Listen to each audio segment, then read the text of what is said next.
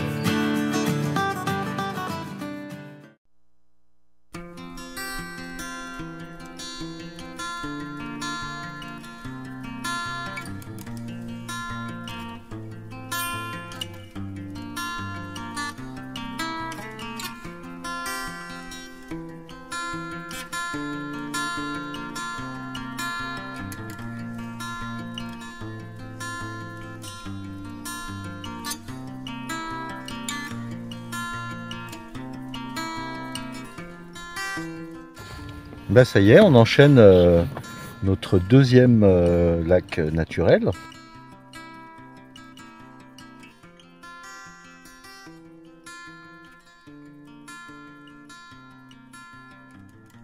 Avec une profondeur maximum de 71 mètres. Le lac est réparti en 3 fosses.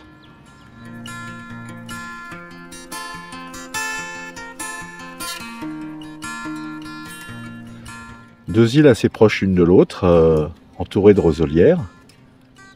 Elles ne sont pas habitées bien sûr, pas occupées. Je crois qu'il y a une chapelle sur une des îles. On ira voir.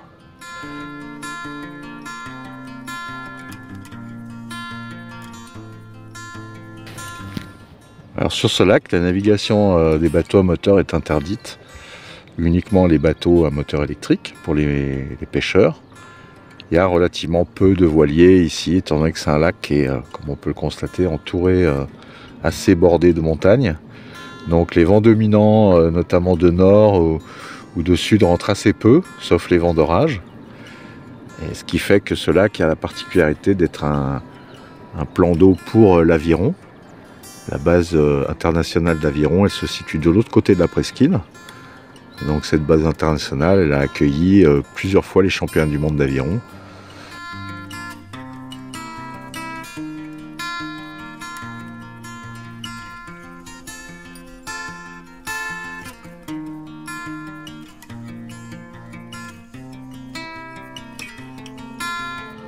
Alors là au loin on distingue la passe entre les deux îles. On va y aller tout à l'heure là.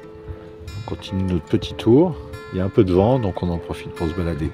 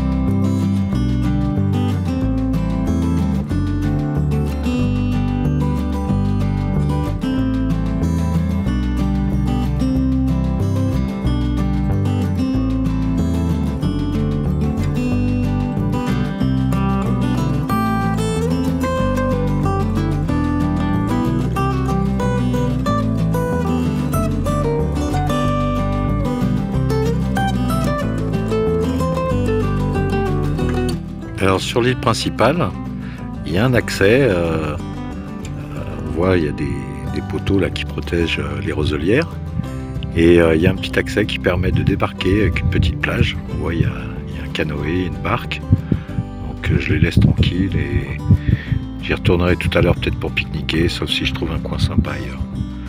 En tout cas, voilà, on peut sûrement visiter cette île. Je pense que l'autre, la plus petite, c'est pas possible. Mais celle-là, ça a l'air d'être bon.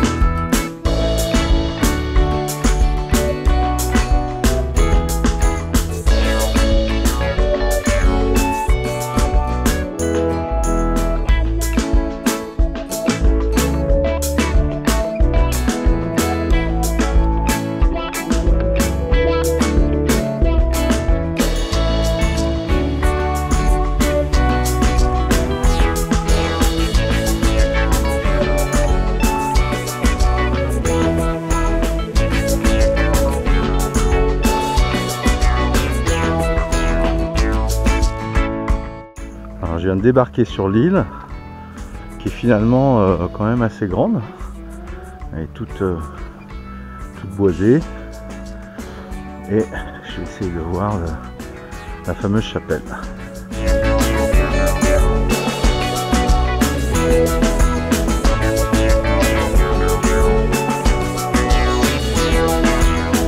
Alors on voit que la moule s'est déplacée depuis l'arrivée, il y a à peu près 1 heure. Voilà, elle a fait une trentaine de centimètres.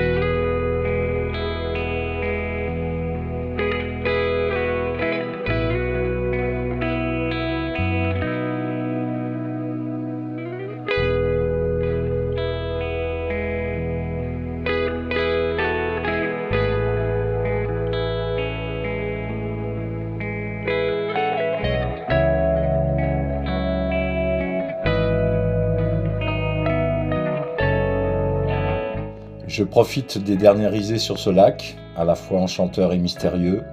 une perle d'émeraude enchâssée dans un écrin de montagne verte, pour citer l'écrivain Henri Bordeaux.